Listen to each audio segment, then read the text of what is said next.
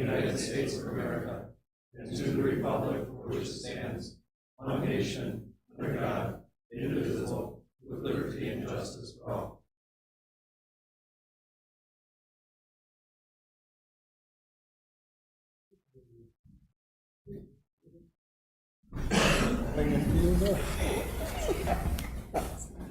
Cassie, could I have roll call? Sure. Trustee Krasovich. Here. Trustee Roberts. Here. Trustee Grabowski. Here. Trustee Gergen. Here. Trustee Rhodey. Yep. Trustee Belt. Here. President Knutson. Here. Okay, item 2 is a public hearing. We have none. Item 3, approval of the regular village board meeting dated December 19th, 2023. I hope everyone's had a chance to read them over, look them over. Are there any comments, corrections as to the way they are presented this evening? If there are none, I'll look for a motion to approve as presented. I'll make a motion to approve the December 9 village board meetings as presented. Second, Rhodey. Okay, we have a motion and a second. Any discussion? All in favor say aye. Aye. Opposed? Minutes are hereby adopted. Happy New Year, everybody. Citizen comments. This is an opportunity for citizens to share their opinions with board members on any topic they choose. However, due to Wisconsin open meeting laws, the board is not able to answer questions or respond to your comments. All comments should be directed to the board. Comments are limited to 3 minutes per speaker. Speaker is asked to use the podium and please state their name and address for the record. Is there anybody here that would like to talk on anything? The Packer win that we all knew was going to happen? Anything? Nothing? No? Yes, sir. I'd like to speak if possible. Yes, come on up to the, please state your name and address. Sure. My name is Bryce Kingsbury. I represent First Watch at 1466 Capitol Drive in Pewaukee. I'm the Director of Operations for First Watch in the Milwaukee market. And on January 5th, we sent a letter asking for the reconsideration of the Class B liquor license.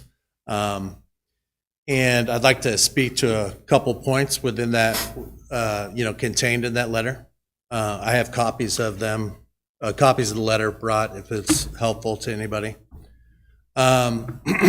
So basically there's 3 requirements to consider when granting a liquor license. The first and the third requirements are the character and financial responsibility of the applicant and the applicant's fitness for the trust of the, that the license represents.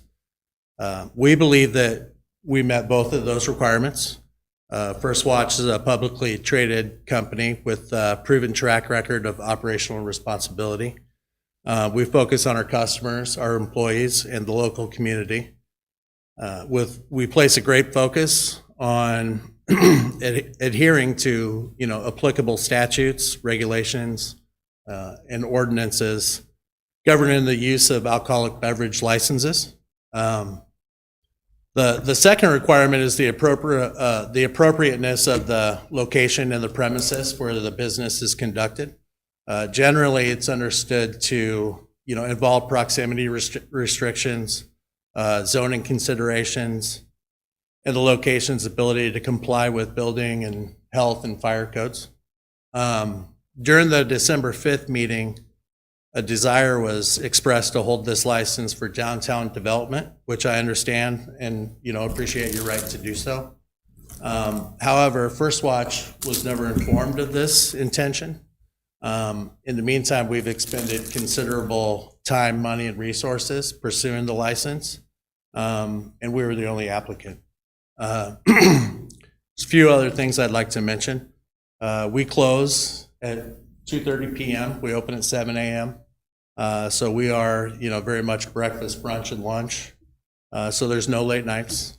We don't have a physical bar in our restaurants. Our alcohol program has a limited number of cocktails. And, our drinks are, an enhancement to a meal. Mimosas are our favorite or most popular drink at the other 4 locations in Wisconsin. Bloody Marys, sangrias are also popular.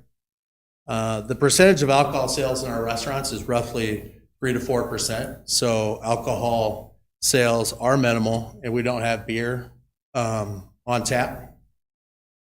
So, just kind of gives you a broad overview of the program.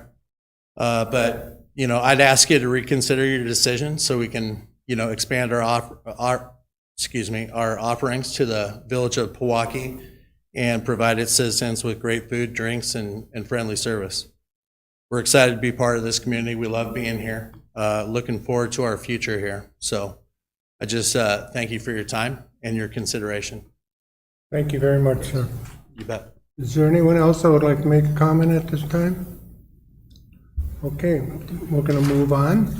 Ordinances, we have none. Item 6, resolution. Possible action on resolution number 2024-01, a resolution authorizing submittal of a Wisconsin DNR recreational boating facilities weed harvester refurbishment grant application. Scott, I think we've had this on before. Correct. There was a discussion at a past meeting about submitting for Wisconsin DNR Recreational Boating Fund grant application to help offset up to 50% of the cost of the refurbishment. A resolution adopted by the governing body is a required component of that, and staff has worked with Aquarius on the substance of the grant application and would be looking for village board approval of this matter, this resolution, as well as the next one to complete those applications. I'd like to make a motion to approve Resolution 2024-01 for the refurbishment grant application. Second, Grabowski. Okay, we have a motion and a second. Is there further discussion? All in favor say aye. Aye. Opposed? Resolution 2024-01 is hereby adopted. 6B, possible action on resolution 2024-02, a resolution authorizing submittal of a Wisconsin DNR recreational boating facilities weed harvester grant application. Is there anybody here that has any questions or comments as it relates to this particular topic? So just to be clear, there are two specifically different grants we're applying for? Right. Okay. One is for a new harvester and the other one is to refurbish the old one. An older, different piece of equipment. Make a motion to approve resolution number 2024-02, authorizing the submittal of the DNR recreational boating facility weed harvester grant application. Second, Krasovich. Okay, we have a motion and a second. Any further discussion? All in favor say aye. Aye. Opposed? Motion, resolution 2024-02 is hereby adopted. Possible action on oh, Scott, you got no resolution here.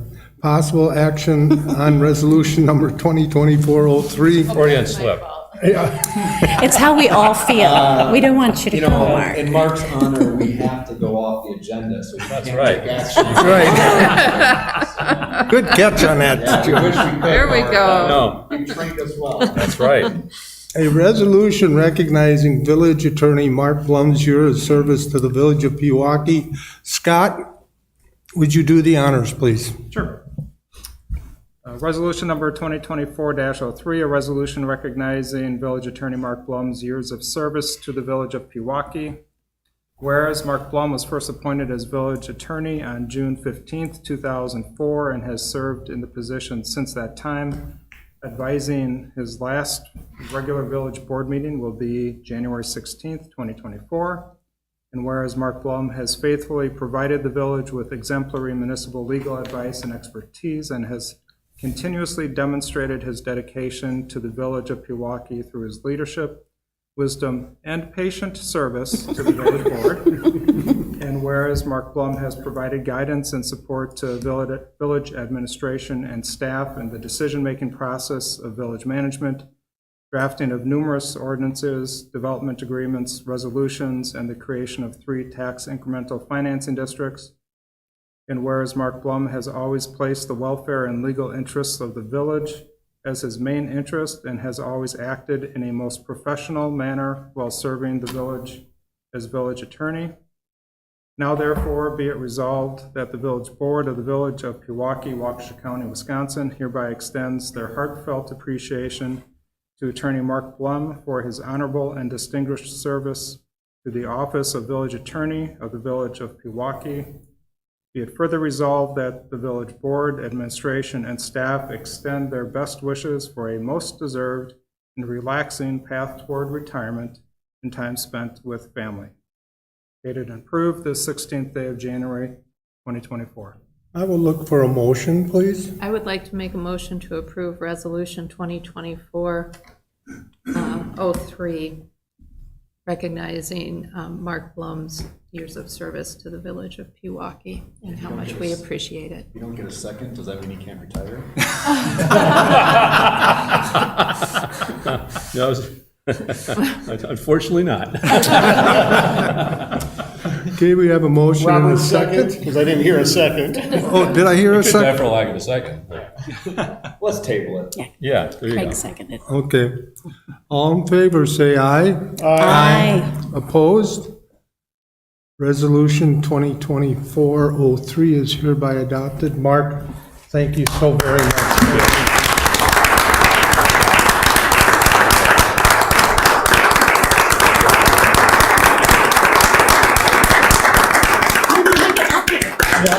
Now he needs to make, Keep going. now you gotta make a speech. If you like. Just briefly, I just want to thank the board, this board, as well as all the boards over the 20 years that I've served for giving me the privilege of being able to serve this community. It's a vibrant, engaged, hardworking citizenry in this community, and it's been a pleasure, truly a pleasure serving them and serving all of you. I want to thank the members of the board because obviously if I don't get your support, then my legal advice really doesn't matter too much. So I appreciate the support that you've given me and the support that Scott and Cassie and all of the village staff over the years. It makes my job immeasurably easier when you've got talented people. And I think, you've heard this before, but you really do have a talented staff, and you have over the period of time that I've been here. So thank you, both of you and all of your cohorts for the support that you've given me. And finally, I want to thank my wife and my 4 daughters for putting up with the fact that I haven't been home for many, many, many, many nights over the years. And so without their support, this wouldn't be possible either. So thank you. Thank you.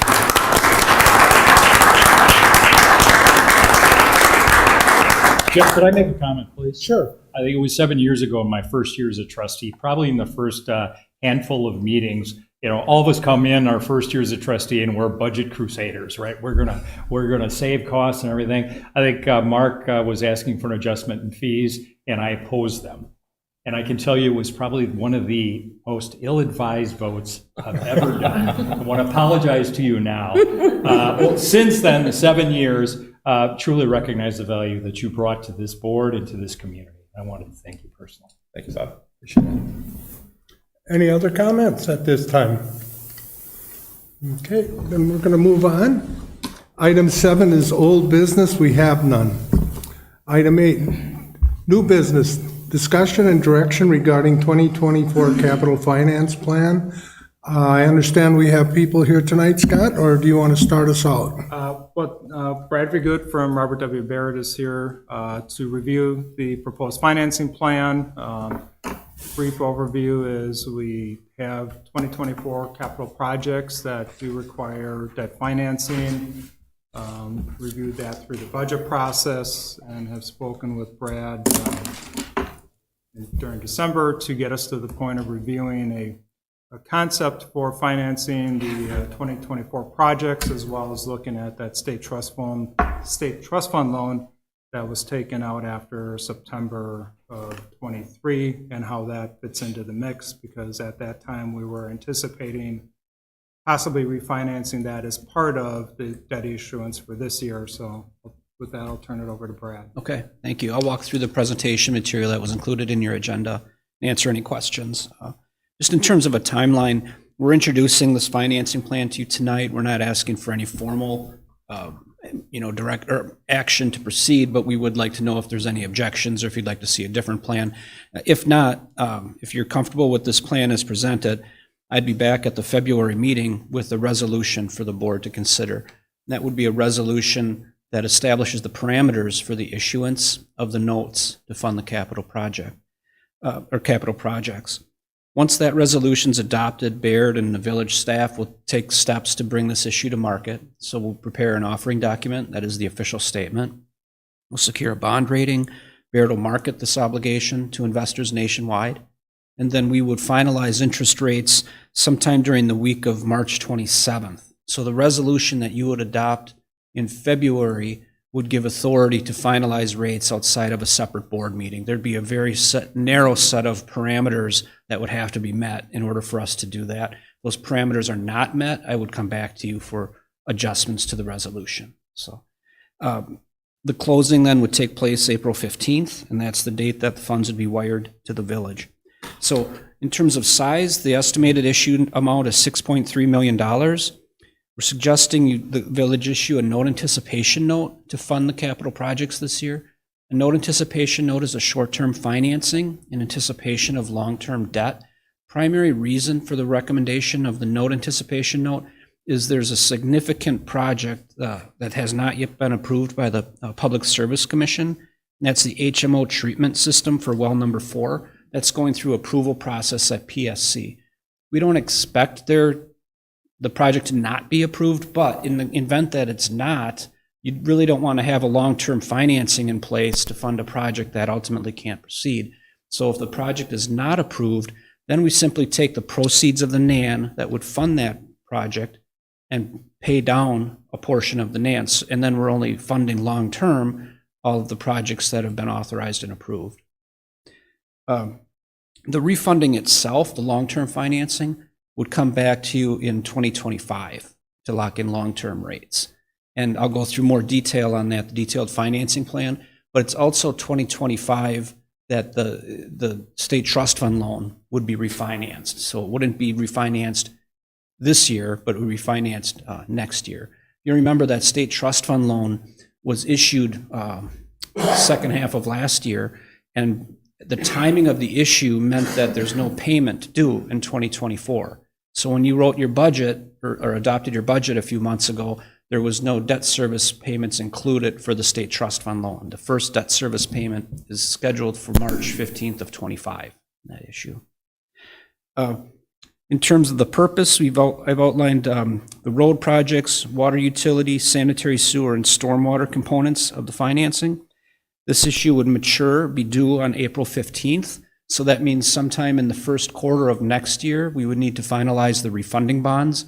The refunding bonds would provide the proceeds to pay off the note anticipation note. The estimated interest rate, I've got 4.02 as the estimate. That's a little bit conservative, a little bit high, just for planning purposes. I didn't want to, plan on a lower rate than we might see. So the rest of this presentation then provides the detailed repayment analysis. Page 3 of the presentation, you'll see the levy-supported existing debt service on the left-hand side of the page.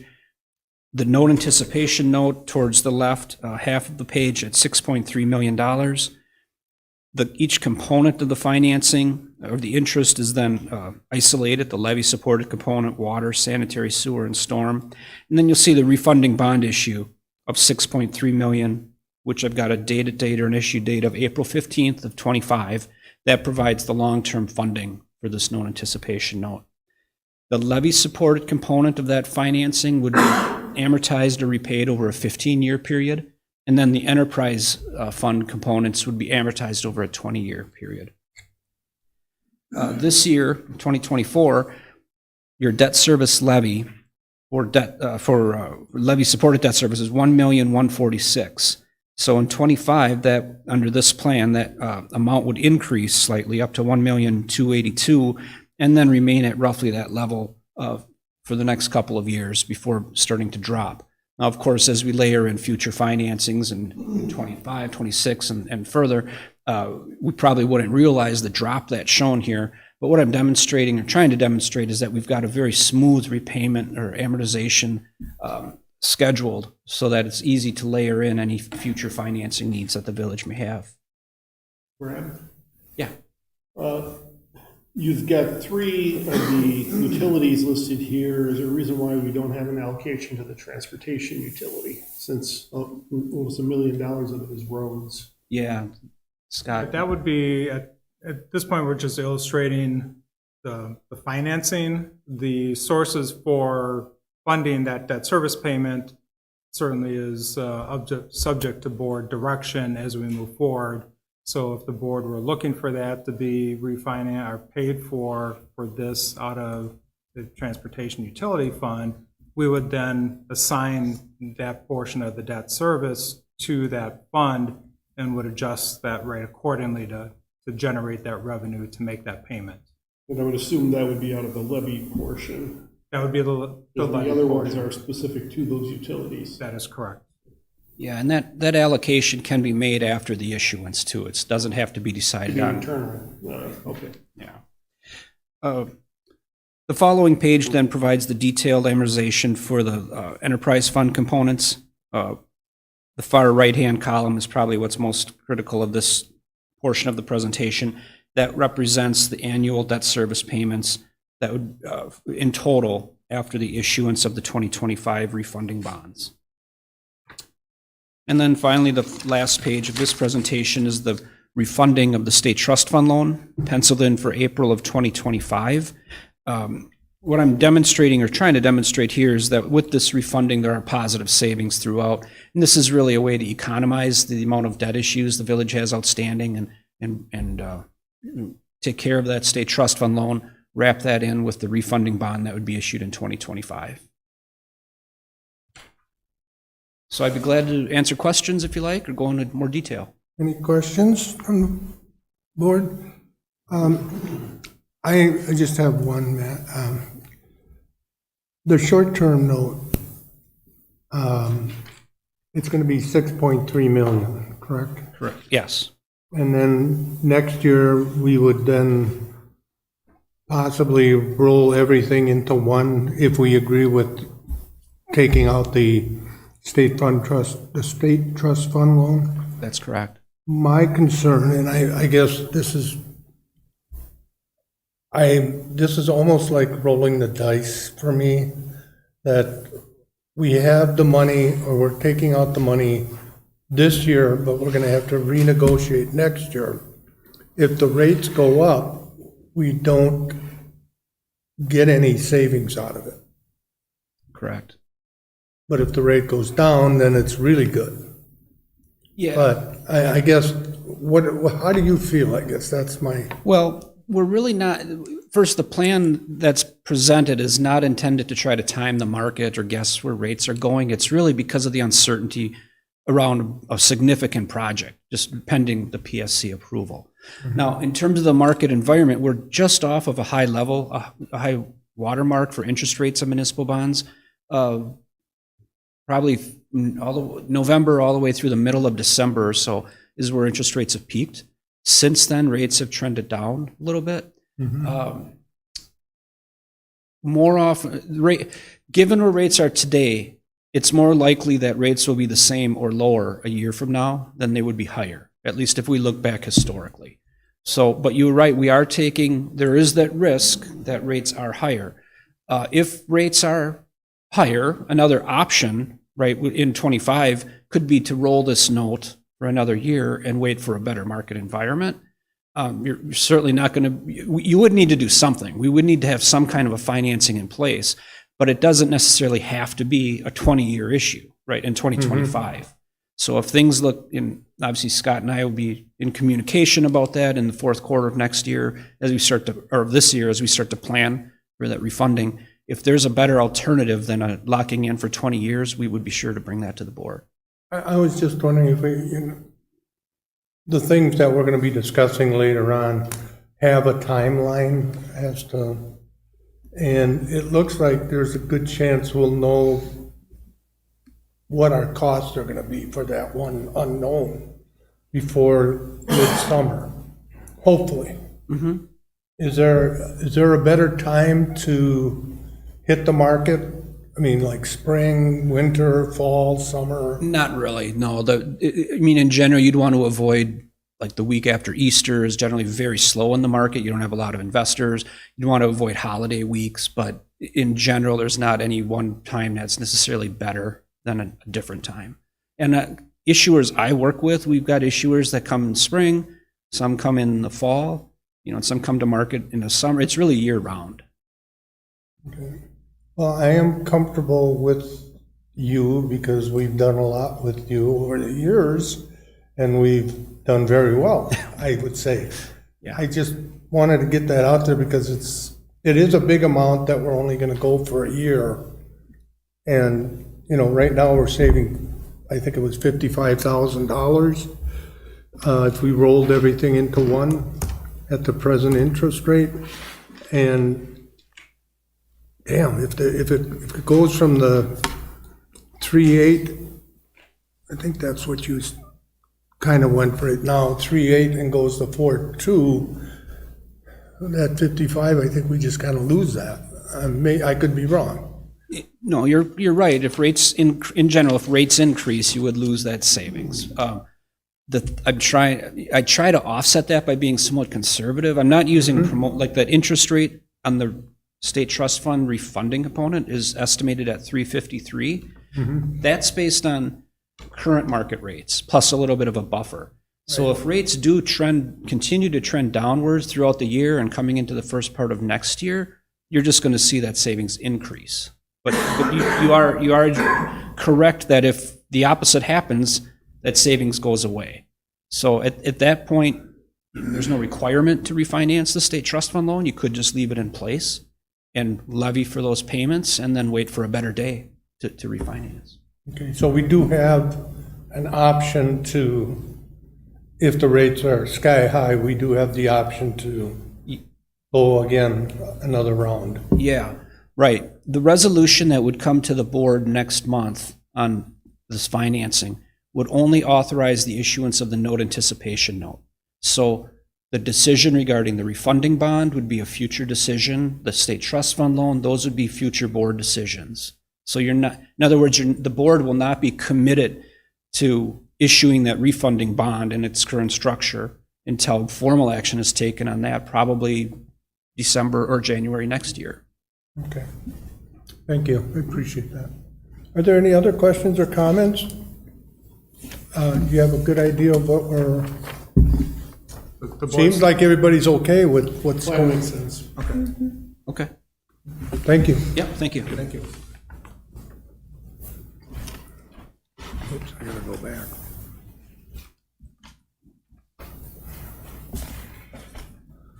Okay. Next item on the agenda is discussion and possible action, professional services agreement amendment with Rupert Milky for well number 4 HMO treatment project. Scott. You have before you a recommendation for an amendment to the HMO treatment design professional services agreement with the Rupert and Milky from Dave with regard to the component for Public Service Commission approval for PSC authorization. That was not anticipated as part of the original agreement. That is part of the process for a water utility project of this size of cost. And so that is work that Rupert and Milky assisted in taking the lead on, providing that information as part of the PSC approval process. The project cost amendment for this is $4,400. And again, you have the information from Dave. Certainly any questions we can answer, but recommendation would be to approve the amendment as it is appropriate to their scope of service and the work that was necessary for this. I'll make a motion to approve the additional $4,400 for the PSC submittal approval process. Second, Rudy. We have a motion and a second. Are there any further questions or comments? All in favor say aye. Aye. Opposed? Motion is hereby carried. Discussion and possible action on well number 4 HMO treatment project construction services agreement with Rupert Milky. Scott again. I'm going to turn this one over to Dave, give him a little practice presenting with the board. And Dave, if you... So the village is required to lower the radium content in the drinking water down to this 5 picoliters per liter. The village has contracted already with Ruker-Noki for design of the HMO treatment radium removal system for well number 4. The Ruker-Noki completed the design package for the drawings and specs and submitted that to the DNR for approval. This project hasn't been bid yet. It's anticipated to start in April and May of 2024 and be completed by July 31st, 2025. The village does have an interest in seeing that everything is installed according to the drawings and specifications that are approved. And as part of the DNR approval of the project, the DNR also does require that a construction services resident engineer be on the site to inspect the construction to make sure it's installed according to plans and specs. The action requested of the board is to approve the attached construction services contract with Ruker-Noki as stated in the attached proposed contract. Some other analysis related to what they have proposed. Ruker-Noki proposes to provide contractor and village coordination, administrative services, and construction inspections. Ruker-Noki will provide full-time inspection for any work that is buried or concealed. For example, site utility buried piping and the concrete foundation and footings. For work that is not buried or concealed, Ruker-Noki will provide part-time inspection services. Ruker-Noki's proposed specific scope of services is attached. This work also includes 2 sub-consultants. Computerized structural design, CSD, provided the structural design for the project, so they will also be involved in inspecting any structural work that's installed. And IBC Engineering Services provided the plumbing and the HVAC design, so they will be available to inspect any of that work that's going on. R&M proposes complete their work and the sub-consultants' work based on a time and materials basis of 2,030 hours for an estimated fee of $329,400. Ruker-Noki has completed inspection of similar projects. Another village project was in 2016 at well number 5 over on Quinlan Drive. There's radium removal set up over there, and that is functioning and working according to the plans. It's reducing the radium. They've also done other projects in the city of Pewaukee, similar projects, and in the city of Waukesha. So the recommendation would be to approve the $329,400 contract with Ruker-Noki as described in the attached well 4 hydrous manganese oxide radium removal construction services proposal dated October 24th, 2022. So Dave, I just want to make sure I have this right. So this portion that we would be approving is just for the engineering services. It's not for the construction because the construction hasn't been put out for bid yet. And based on what we just had from Baird, that's the construction of it is going to cost around 2.9 million, right? Right. Okay, so it also says an estimate of 802,000 for past and future design, engineering, and construction services costs. So what's the difference between the 300 and some grand for this and the 800 grand for the design engineering? Yeah, the 800,000 for design engineering incorporates the construction services portion for this contract, the $329,000. It also wraps in prior engineering services for the design of the system, the process of working the permitting through the DNR and the Public Service Commission.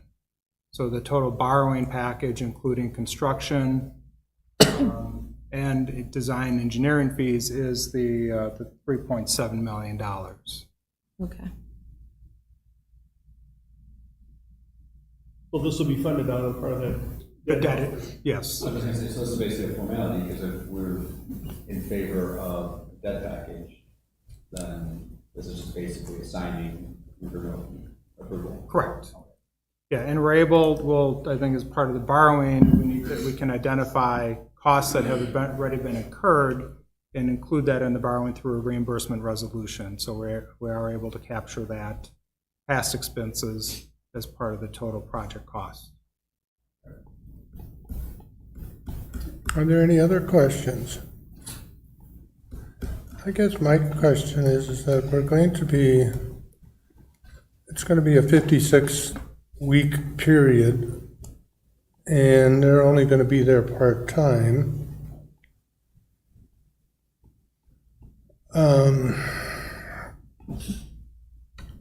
I don't understand why it's necessary that they have to be there, other than that the DNR is saying that.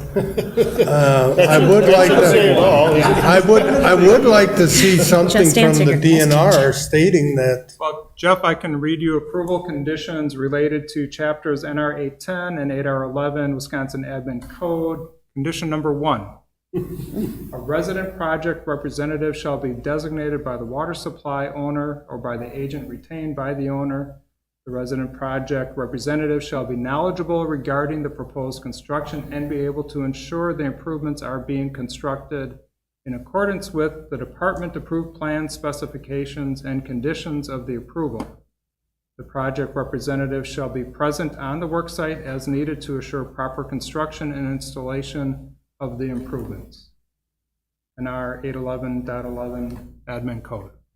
All right, well, my question is the way that sounds to me, they're almost supposed to be there 24/7.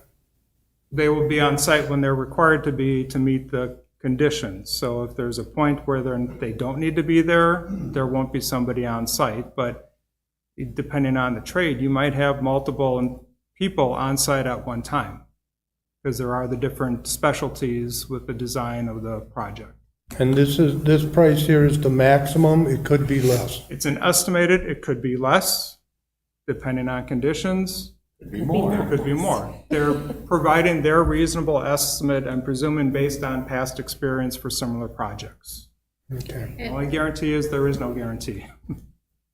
And correct me if I'm wrong, but we could do all of this and then still have radium problems that we need to deal with in the future for this. And if we end up having to create a new well somewhere, there could possibly, or there would probably be additional radium issues that we would have with that as well. Well, for this well, adding this radium treatment should reduce the radium down below the 5 picoliters. And it is working. I checked with our water supervisor. It is the radium treatment at well 5 on Quinlan is working to remove the radium. So, but yes, if you did go and install and drill a new well somewhere, it's likely you would have to, because there's so much radium in this area, you would probably have to plan on installing radium removal treatment system on that one. And I think we've determined We we have no will be choice. drilling a new well. Right, and in spite of drilling the new one, we I feel like still we're gonna have to a water issue on the maintain. agenda for somewhere in the next 8 to 10 years. Yeah. So.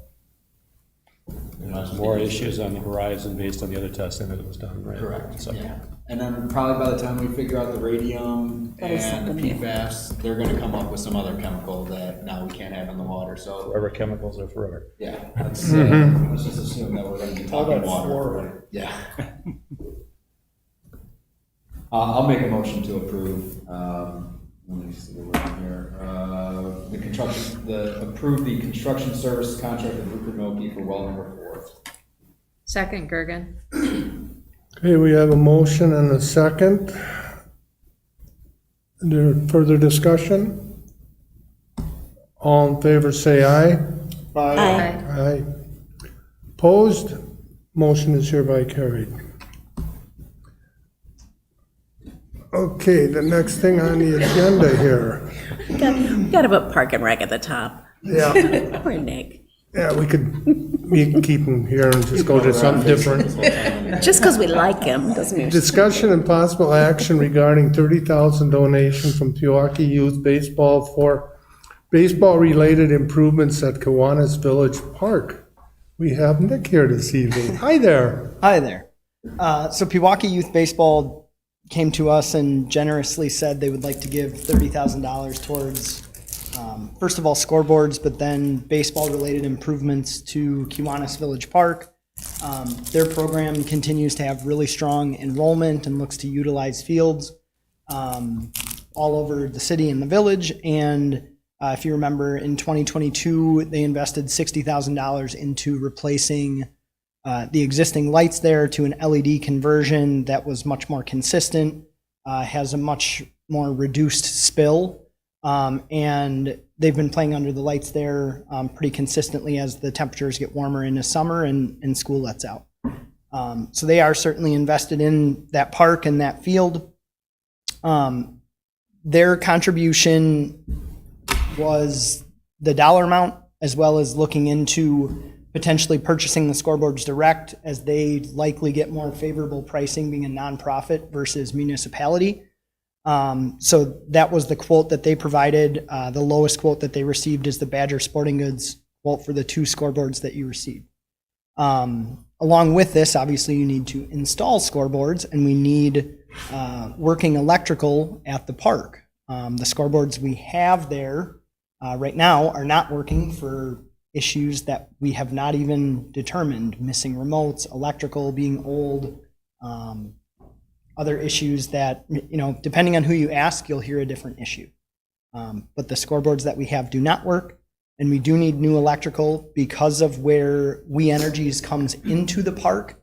We don't have the ability to trench the electrical unless we would go through the existing ball diamond or through asphalt.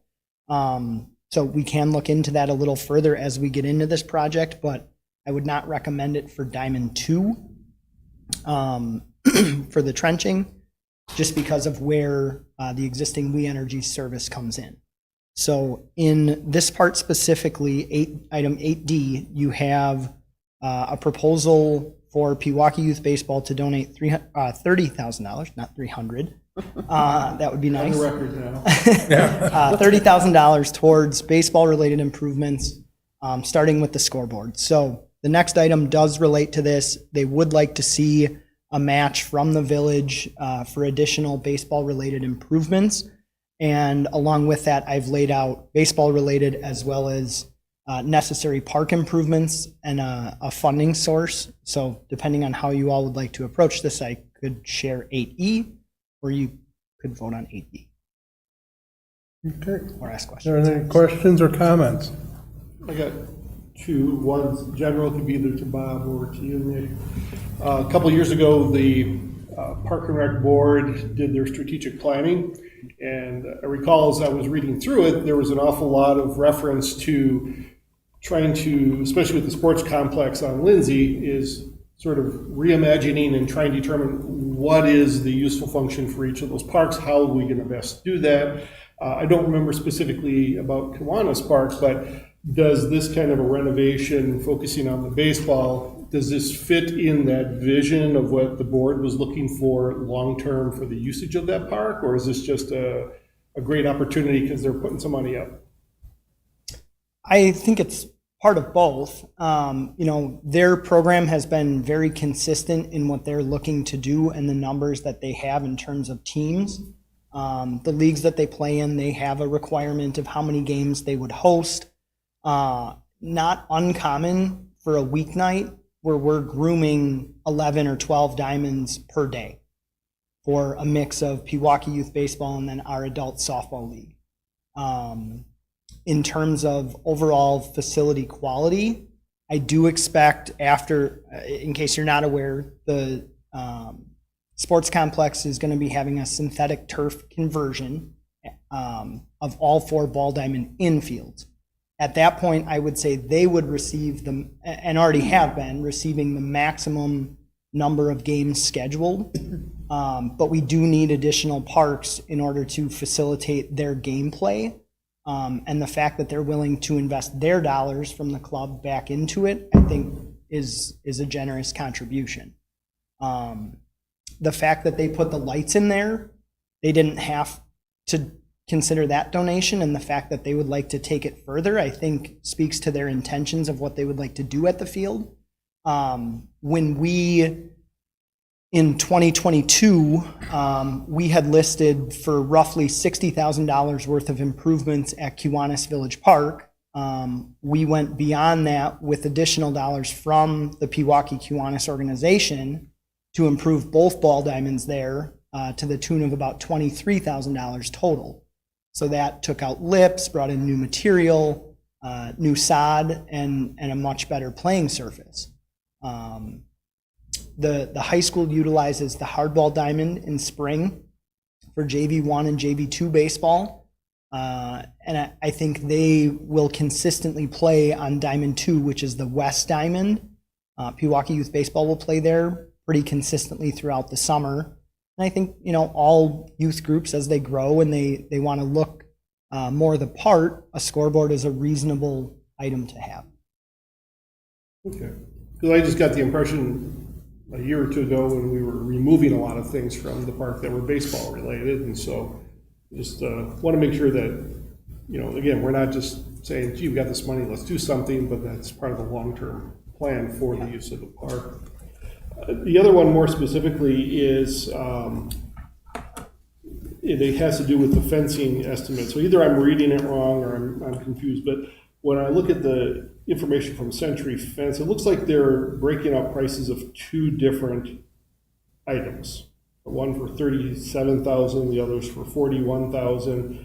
On the spreadsheet you provided, it's showing the fencing at $37,000. So are we not doing the other one, or I get, like I said, I'm not sure with that second quote if that was Correct. redundant or. Yeah, it's not really the clearest quote. So this predates my time, and I think quite a bit ago. When the fence was installed, it probably started with just an infield fence, and then additional fencing was put in. So there is a clear divide of pretty much where the infield dirt ends. There's a break in the fence, and then a new fence starts. So we are proposing to replace the infield only fencing. So third base, dirt around home plate and backstop, higher than the fencing, and then over to first base. This is a placeholder number. We requested multiple quotes. We've gotten quotes from other companies in 2022. We didn't take action at the time. This was the only quote we were able to gather during December of 23. It's over $25,000. We're going to go back and adjust some of the heights, get the backstop dialed in, and then it's going to go out to bid being over $25,000. The second amount that you saw there, Craig, is the outfield fencing. So it would be third base, outfield grass, out to the outfield home run fence, and then right field into first base. That is not what was proposed, but we wanted to gather a number to have an idea of, okay, what are we really looking at if we were looking to replace the whole thing? The infield fencing is in a worse condition than the outfield fencing. Okay, that's good. Thank you. Mm-hmm. I have Yes. 3 questions for you. First of all, I thought that those fields were having problems with flooding. Has that all been fixed? We don't really have that issue with the existing diamonds there. Most of the flooding occurred on the north or northwest diamond where we removed fencing. It's no longer existing. It's more of a natural area right now. Okay. So that's not used for baseball or softball at all at this point. That area was traditionally wet into June and July and not uncommon to be unplayable. Okay, and then talk to me about sponsorships on these boards. So we have unsuccessfully tried to land sponsorships that ideally would pay for the scoreboard itself, not the installation, wiring, electrical, things like that. We've tried that for some time, probably with 3 to 5 businesses. haven't really found someone interested to date. But the idea was that if we're going to buy them, we'd like to pay to have the panel to potentially sell an advertisement at some sort of term. We have been successful doing that at other parks to date. We just haven't landed this one so far. And that money would go to the park. That is TBD. What we are doing at the sports complex, which was part of the agreement with Pewaukee Youth Baseball, is when Pewaukee Youth Baseball sells an advertisement on a scoreboard or an outfield fence panel, the revenue stays with the Friends of the Parks dedicated to baseball-related improvements at the sports complex. The other place where we've successfully sold an ad panel or the purchase of the scoreboard was a 5-year term at Nettesheim Park for both scoreboards to one company, Freighter, and the money was used upfront for the purchase. We haven't fulfilled the 5-year term to go back to resell that yet. So in that sense, we haven't had revenue to allocate towards additional or the next item, but I would propose that revenues for these types of things could potentially stay with the Friends of the Parks dedicated to baseball-related improvements. I don't know that there's a better way to start doing it as a different account or say donation to Parks and Recreation, and then it starts getting divided amongst municipalities. I don't think that's the cleanest way to do that either. No, I don't think so. In my opinion, it should be going to wherever the municipality is that the park is located in. And then the third thing is, I don't feel very comfortable taking this out of the Lehman Park Fund. That wasn't how we had originally set this up, as something that we would be taking to use in other village parks.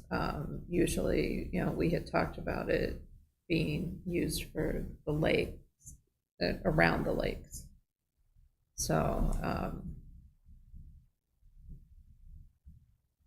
did you have? So if I can just reply to that, Heather, when we set that fund up, first of all, when we set it up, we had no idea how successful Lehman Park was going to be as far as a revenue generator. And the process that we've gone through in replacing, whether it's been piers, whether it's been major improvements to the building down there, parking lot, have all been paid for through that fund.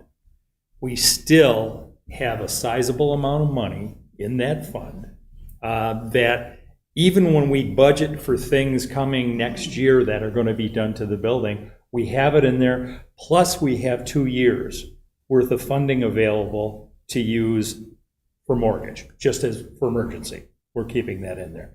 If you look at the information as far as that fund specifically, we do have it set up so that it can be done for major improvements within the other parks. It takes a supermajority of the board to do that. But that is the intention. The Park and Rec Board has gone through that process. There's been things that we have said, no, we're not going to use it out of there. But when it comes to major improvements for village parks, we believe that is a suitable use, and we're suggesting to the village board to make those improvements. Yes, go ahead, Jim. I have to agree with Bob on that one in terms of the success of the Lehman Park Fund, and beyond that, when you look at why that fund is successful is because of the diligent work that the Park and Rec, Nick, and the board puts into it. The paving and reconstruction of the whole parking lot and the boat ramp being done through a grant. That money did not have to come out of that Lehman Park Fund. That stayed in there because they went the extra effort to try to keep that money in there. And I don't know why we would turn away the ability to fund future, improvements with their own money. If they're willing to put in that effort to maintain and grow a fund in order to make improvements, I believe it should, and as Bob said, there's certain things that it shouldn't be used for, but the fact that it is still being used in village parks, I think that's a win-win, and I see no issue with using funds funds out of there, just knowing how healthy that fund is because of their effort. And I want to emphasize the fact, so PYB, between PYB and the Kiwanis now down at Village Park, we probably have received how much funding from those organizations? So we're at 90,000 essentially with this from PYB. Kiwanis have been another 125. $125,000. Okay, so outside tax funding that has paid for these parks because of partnerships that have been built with them. PYB has been an excellent partner. Ever since they were formed and working with them, they've been excellent partners in the community. And what they're doing, when we put the strategic plan together, Craig, we didn't envision necessarily that we were going to be getting $90,000 from PYB to make these improvements. But when they offered, and keep in mind that the usages that we're getting from overflow from the tournaments that are brought inside are bringing income in and also that do go directly to the village. So these are things that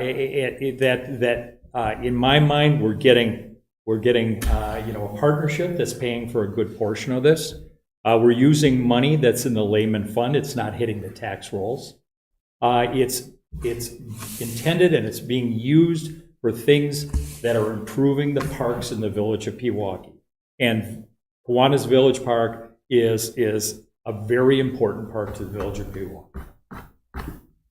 It's nothing against, and don't take this the wrong way, there are some elements of our parks that need to be brought up to snuff to compete more or less. It's not, I shouldn't say it in a free market capitalist, but when we look at surrounding communities, there's some lingering items out there that I'm sure if Nick had a magic wand, he would change overnight, but funds are obviously handicapping us to what we can improve. We have the ability to make large aesthetic improvements to our parks, and I don't think this should be a question. Personally, that's my opinion. Any other comments? I just have, yes. One thing, yeah. Go ahead. Oh, I just have some points of clarity for me, okay? The bid on the sign, the scoreboard, now when you look at what the people that are running the underground cable, they are stating that they are running the cables or the tubing and then the cables underneath there, but they are not hooking the signs up. They are saying that the installation is, they are not installing the signs or hooking them up. And on the cost of buying the sign, there's a section that says installation, but there's no cost there. So is that part of the? So the intention is that PYB will purchase the scoreboards direct, have them shipped or delivered to Parks and Recreation. We will hold them until it's ready to install. Parks and Recreation staff will install the beams and footings in the appropriate location. Okay. After working with the electrician to already have the wiring done through the PVC pipe. My proposal shows for the west diamond, diamond 2, in the boring, that we would add a secondary pipe. It cost us about $2,000 today to be done. That could potentially allow us to, say we have issues with the electrical to the outfield ball diamond lights. You already have the PVC pipe in to run the electrical out there to replace it to the lights. That was a proposal that I did include, that's in the quote, for the east diamond, the hardball diamond, Kopecky Field. That was an option that I declined in the proposal. We don't have existing lights. When we run electrical to the scoreboard, we don't need additional electrical or additional piping unless we felt lighting was coming. I don't see that in the foreseeable future. In terms of installation, the proposal will subcontract the boring itself, and then that company will run the PVC piping. The electrical company will then come in, pull the wiring. We will physically install the scoreboard. The electrician will complete the install of the wiring to the scoreboard itself. So there's more involved than just what's showing here. If that wasn't clearly stated, I apologize. It was Yeah, I their was quote really that wondering. we've discussed, we've done this at the other parks already. Right. So maybe I didn't give that detail there. I apologize if I missed it, but that would be the That's route okay. from, I guess, today to finish. I just was concerned about that, and I'm glad that you're running both pipes. Now, this is the softball diamond. Correct. That you're getting the two pipes, the hardball, just the one pipe. Correct. Okay, then on the sign, you have the custom sponsor panel. Please tell me it's electric. It is not. Oh. How much more would it be for electric? Well, we don't even know who the sponsor is. Well, I'm looking at it in the big picture that you could sell it to different ones each time they have a game, or different on the weekends or whatever. You could have Yeah, various well, sponsors versus one all the time. if we haven't been able to land one sponsor, I don't know that we'll have success landing many. Yeah, well, I mean, it's just, Wayne's World kind of. sometimes, I was looking at it from, somebody might be apologize. willing to pay Sure. a couple $100 versus Yeah. 10,000. So roughly, the rough value of what we're shooting for right now is about $1,000 per year, but we don't sell it on 1-year terms. We'll try to shoot Okay. for a 5-year term at approximately $5,000. If they would be interested in more than one scoreboard, we would give them a reduction. If they would pay in a lump sum, we'd give them a reduction. I think at Netashine Park, we were able to receive $8,750 for 2 scoreboards. They are not lit up. Netashine Park doesn't even have lights. But at Village Park, you would have ball diamond lights if it is too dark. We try to run calculations for our proposal or our sponsorship opportunity where number of games, number of fans, number of eyes on it, and that's how we've had success doing it. I think there's probably more involved in some sort of electrical sign and significant cost, whereas this is the outlay of where you would house the sign. Once we would have a sponsor, part of the reason you would sell it on a larger term or larger amount is because you're going to have to physically have the sign made. So it's a sign that gets made or printed, say Fast Sign, someone's like that, and then we would have it installed and it would last for the duration of their term. So it's just not a piece of plywood that's going up there. Okay. And then on the other two, you already answered the one that I was going to ask. Craig brought it up. But on the PLM, the price that you have in the spreadsheet Is that technically the next agenda item? is you're adding in the price for the catch basin, right? Jeff, I think that's the next agenda item.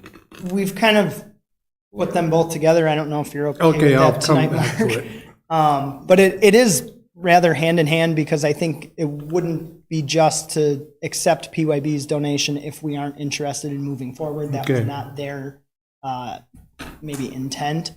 So the PLM quote in the spreadsheet, Hold on 1 second. Just 1 second. Agenda item 8E, discussion possible action regarding use of Lehman Park fund balance for facility improvements at Kiwanis Village Park. Okay, now we're okay. okay. Mark, it's your last day, don't worry.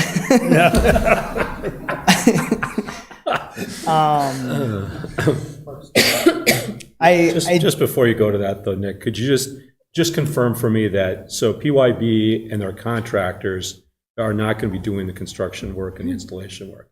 Either your staff or a contractor that you retain will be doing that? Yes. Okay, so we don't need a donation agreement for doing work on village property. That was where I was going, so. Correct. thank you. And then after PYB's purchase, it would become village property, the scoreboard. Right, so, and you'll do some kind of a letter to them where they acknowledge that, Yeah. they're not, it's not going to be their sign going forward, it becomes ours, all right. Correct. I do believe I have an error in the dollar amount there, Jeff. You are correct. The bid price, if we would go forward with the basketball court and adjacent, in my mind, necessary asphalt improvements should be 30,188 instead of 26,588.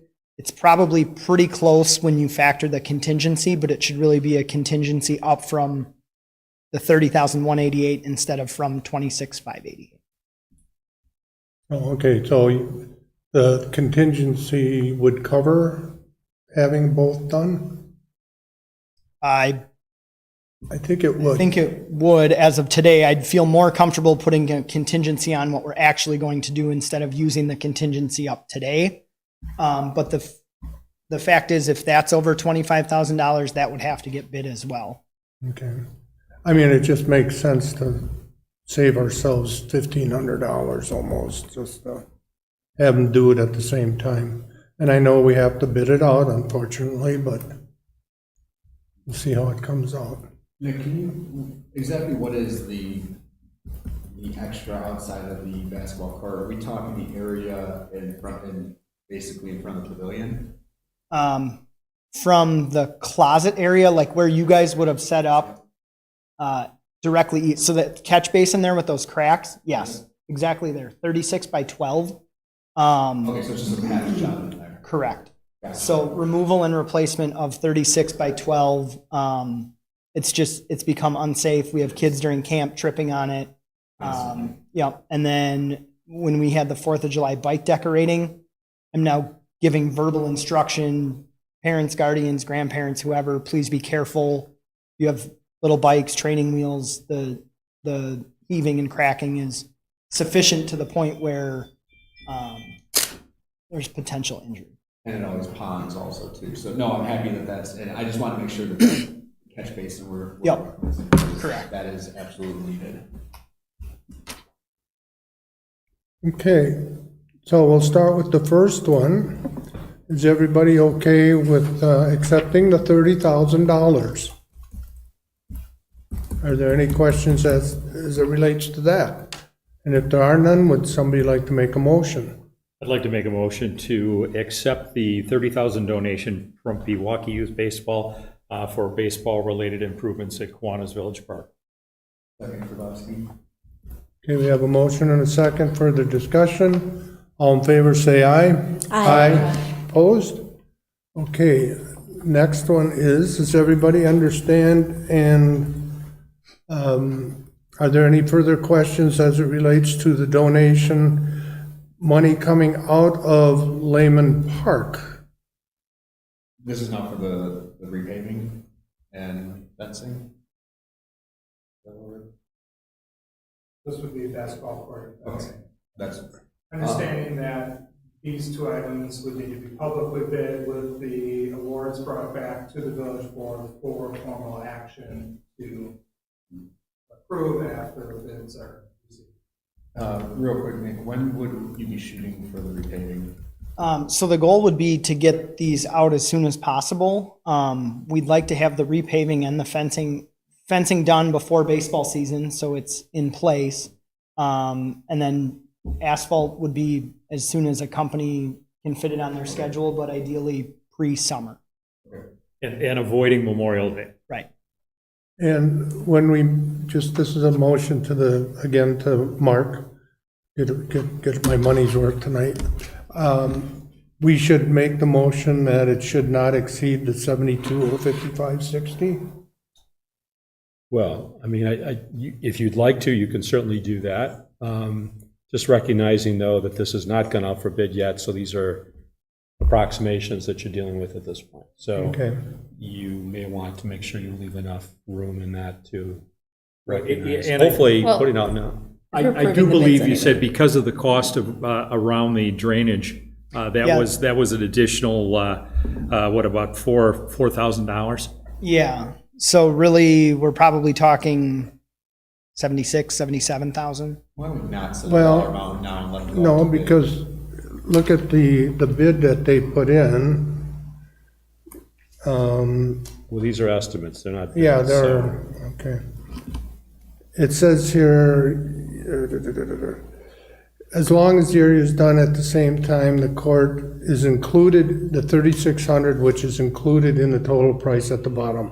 which was 30,188, and you put in 30,576. But that doesn't have a contingency on that.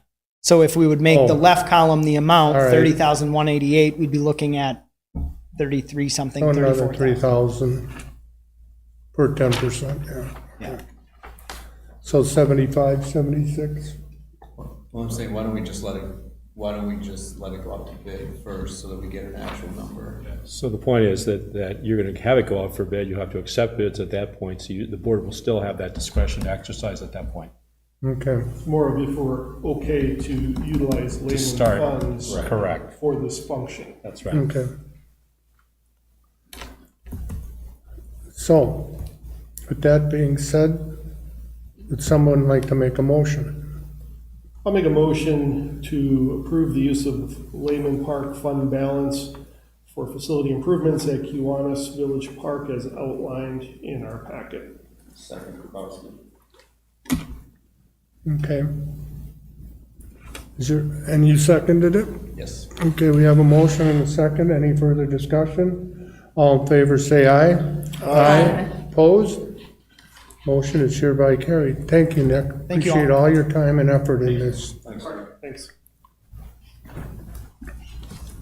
Okay, 8F, discussion and direction regarding possible business recognition program. This was brought up by trustee Krasovich, so staff is looking to her to facilitate the discussion. I can tee it up. I'm sure I speak for the entire board when I say that I'm incredibly grateful to all our wonderful locally owned businesses for the fantastic central role that they play in making the village such a wonderful place to work and live. And of course, those businesses are also our best engine when it comes to advancing economic opportunity. And many of the businesses in the local area really embrace the opportunity that they have to also improve the community, something that is not a requirement of owning a business in our village, but supporting the community through fundraisers, generous donations is something that I've really noticed. Places like Bubba's Frozen Custard, where they host endless fundraisers, cutting into their own profit margin just to give to worthy causes. Even tonight, cold as it is, I hope you'll be stopping for a mint chip cone because it's going to directly benefit the work that the Friends of the Parks of Pewaukee is doing for the all-inclusive splash pad and playground. I also think of places like Nona Nutrition, where they embrace the opportunity to give back through their Pay It Forward days, and certainly Schulte's Greenhouse, who beautifies the downtown with their donated flowers and adorable seasonal gnomes that I'm sure we've all enjoyed through the holiday months. They're even partnering with the school district to further extend their reach, enhancing the Insight program for PHS students. So the positive impact that these businesses are making deserves recognition. And I am respectfully asking that the board consider defining a path to do that on an annual basis, because I think it's too easy for us to go out and about our lives and kind of forget to pause for a moment and reflect and make sure that those businesses know that we see and we appreciate the contribution that they're making of their own will without any requirement on behalf of the village. So I'm super flexible on what that looks like, criteria, requirements. It could even just be a simple standing agenda item. And we could maybe build some plans around what that recognition would look like, if it's a presidential proclamation or a plaque, whatever. I just want to put some energy behind that. Are there any questions or comments? Well, I think the idea is good. I mean, it certainly, I think, aligns with when we did the feedback sessions this summer about how, one of the common threads I kept hearing was, both from the community organizations as well as businesses, is that they feel there's a real disconnect between the municipal government and the business sector. So I think this is one of those things that certainly, I think, could help it. Where I think the big question mark is, yes, what does it look like? How are you going to implement it? It's just sort of like when the rubber hits the road, how do you make it happen? I don't know if other local municipalities have anything like this. They do. Okay, so I think having that kind of a understanding of what others are doing might give us some some way of framing that better. But no, I think it's going to be more of the practical side in terms of the resources to do it and so forth that will be more of the challenge. But yeah, I think we need to define exactly what it is. And again, I would look for other communities to give us at least some ideas to start with. I think Mark might have an answer. Well, this is just one example, and it's not entirely, I hear what you're saying is one, recognizing businesses in the community in general, but then specifically honoring them for particular activities that they might be engaged in. That might be more in like a resolution or recognition, but like for example, the city of New Berlin does a business of the month. And so every month the business sets up a table in the lobby of City Hall and has information about their services and what they do. And then the mayor then reads, as part of his report each month, say we're honoring XYZ, and they've been in the community for so long, and they offer the following, and encourage you to patronize this business and take advantage of what they have to offer. So that's just an example of what one community is doing. That's interesting. Sure. Bob? Chris, I know Heartland does this. They have a business awards type thing. I don't know who makes the decisions. Okay, my biggest, I guess, the thing I would be concerned about is if government is making the decisions on who's getting an award. Because for every one person that you might be awarding something to, there's going to be 3 or 4 that are going to be going, it's the last time I, do something. You've got to. You can also upset people by not capturing their benefit. There might be some benefit to having it a small group of a small subcommittee that outside that is helping make the decision, and we are then awarding it, versus government making that decision. Interesting. Is that something we could partner with Positively Pewaukee on? I'm sorry? I said, is that something we can partner with Positively Pewaukee on? I'm certainly not would against think it, but I so. would be more inclined to be recognizing village businesses, and of course, Right. they have Yeah, they're that just more Main Street. straddling of Yeah. business. And I was originally thinking that as well, but they're technically our tourism board, so Right. they should really be trying to highlight the community as a whole opposed to singling out businesses. But yeah, I agree. The cross between the city and the village commitment there with them. Which isn't to say there aren't great businesses that you shouldn't frequent in the city as well. Well, if we still had a chamber, we could contribute, partner with the chamber. Very true. I'm interested in the fact that other municipalities have found a way to navigate these challenges.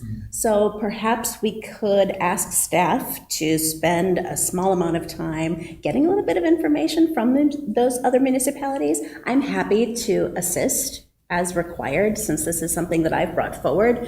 I'm inclined to believe that it would be inspiring to businesses who hadn't yet been recognized. Perhaps they'd do as much as Bubba's does, though I don't know if that's possible for everyone, because they really are incredible.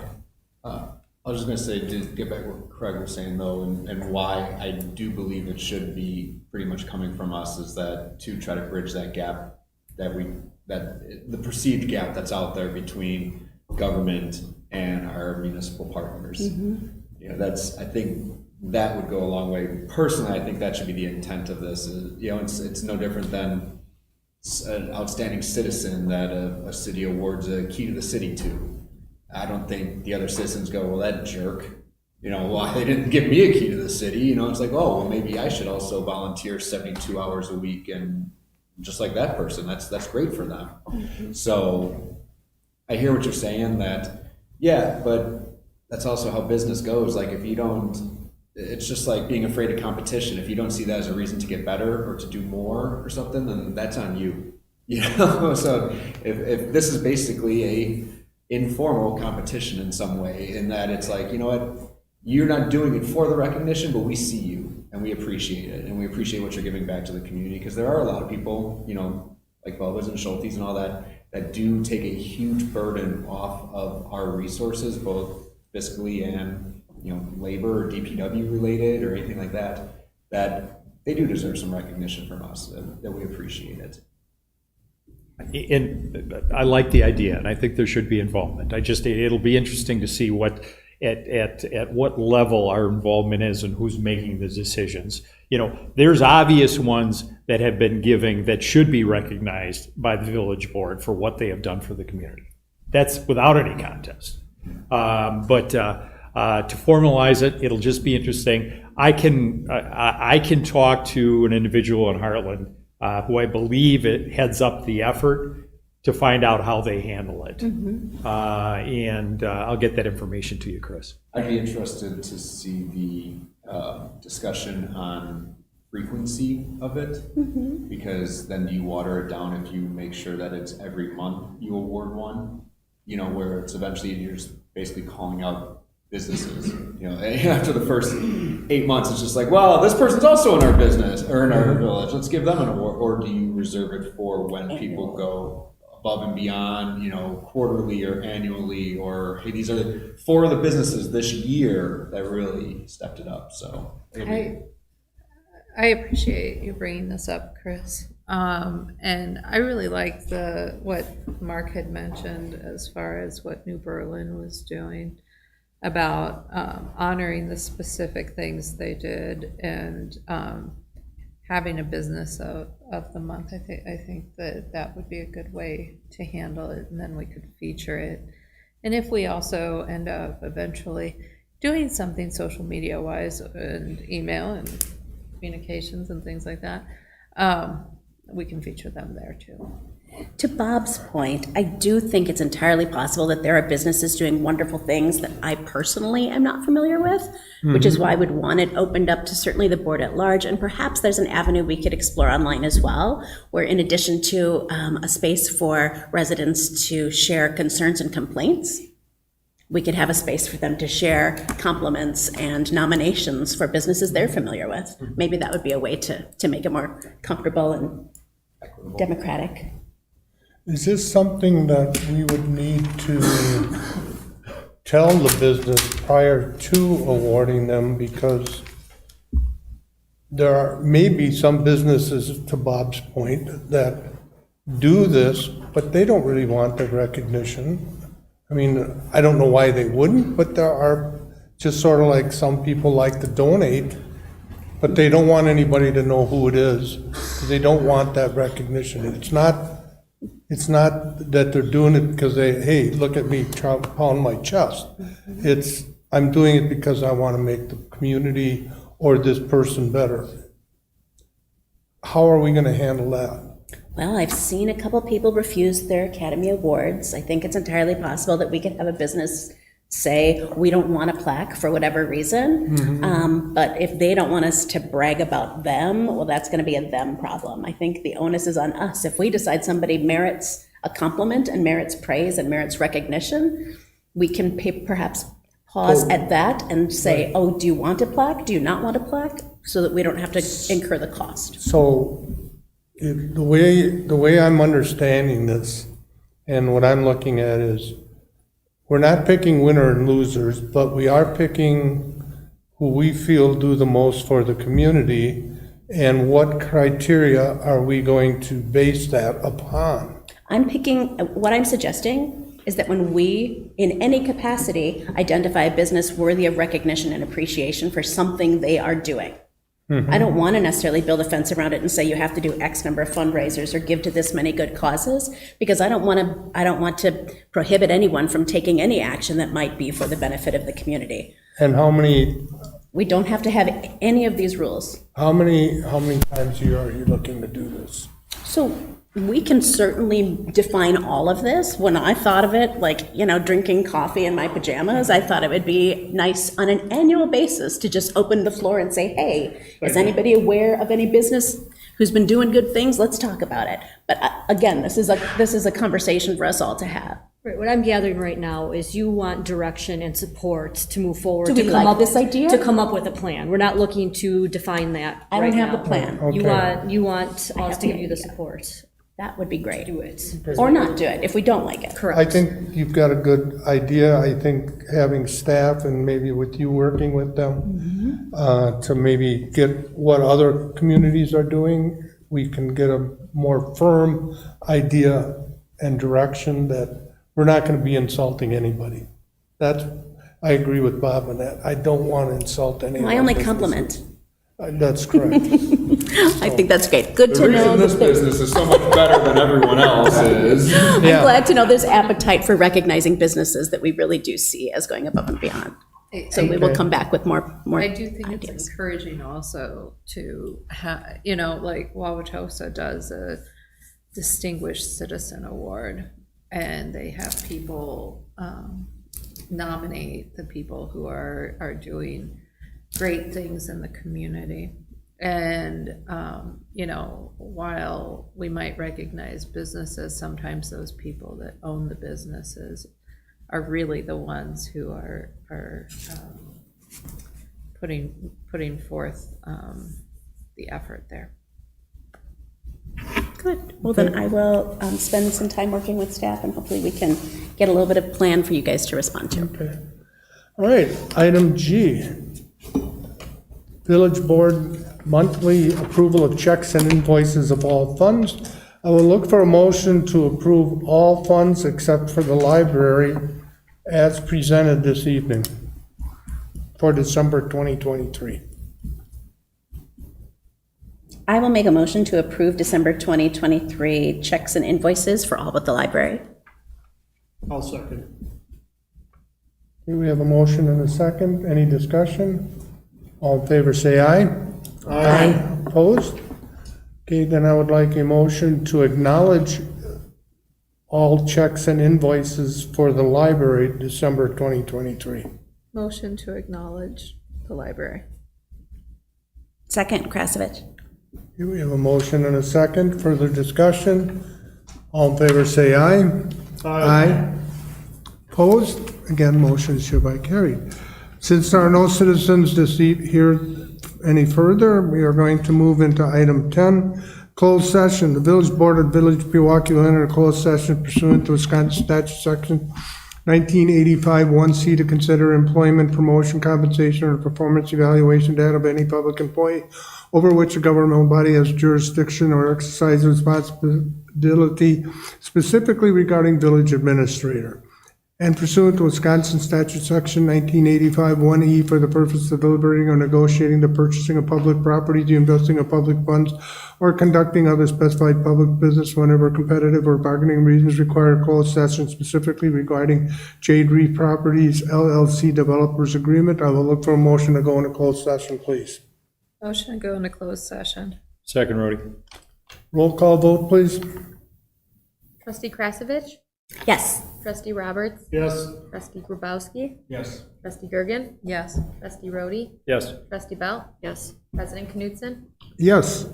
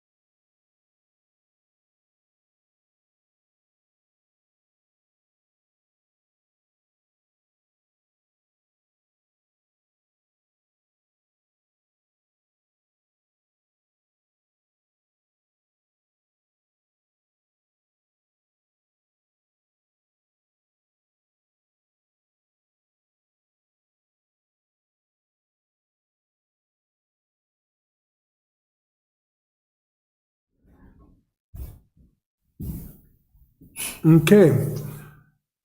Item A, possible action on village administrator employment agreement. I would like a motion to approve as presented. Motion, oh, go ahead. Roberts moves to approve the village administrator employment agreement as presented. Second, Grabowski. Any discussion? All in favor, say aye. Aye. Opposed? And item B, we are not doing anything on. Item 12, adjournment. Second, Roberts. All in favor, say aye. Aye. Aye. Opposed? You can have those if you want. No, no. I've been eating them way too much. Thank you.